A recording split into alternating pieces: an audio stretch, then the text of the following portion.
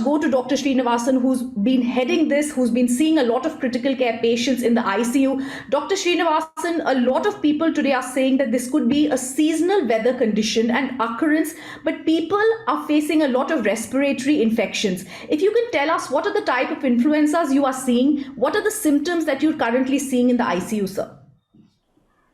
It's just been baffling after the COVID pandemic that we have had.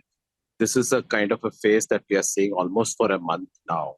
What we are seeing is that there are a lot of viral infections, and generally would relate, and textbooks have always taught us that, influenza is an epidemic or a pandemic. The surge is always seen during winter months. But just at the fag end of the winter, what we are seeing is that the spike has been phenomenally high.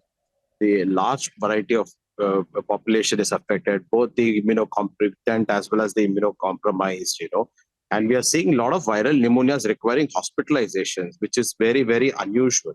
All right. Most of them visit the general practitioners and they don't reach up to the ICU, which is why, in any given cross section I see, even in my clinical practice, I see at least 3 or 4 patients was simultaneously admitted at the hospital with the viral infection, and it is very, very unusual to see.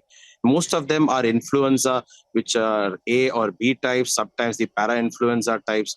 But yes, they do not have the mortality which is comparable to the H3N2 or the COVID type of viral infections. But yes, we do see this as a nuisance value, to a lot of people. Most of the households, almost everybody in the last 1 month has not been spared of a cough or a cold, or, something which is upper respiratory or lower respiratory, to be very honest.